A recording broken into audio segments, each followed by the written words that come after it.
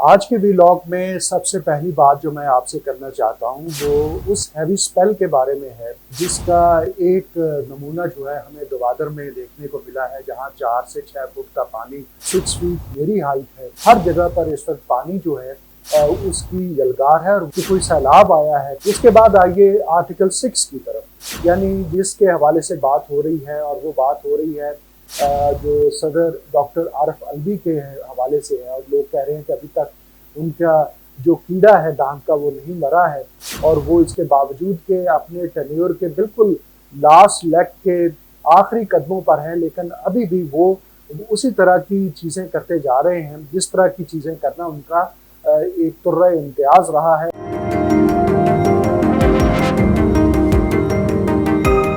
آج کے ویلاگ میں سب سے پہلی بات جو میں آپ سے کرنا چاہتا ہوں وہ اس ہیوی سپیل کے بارے میں ہے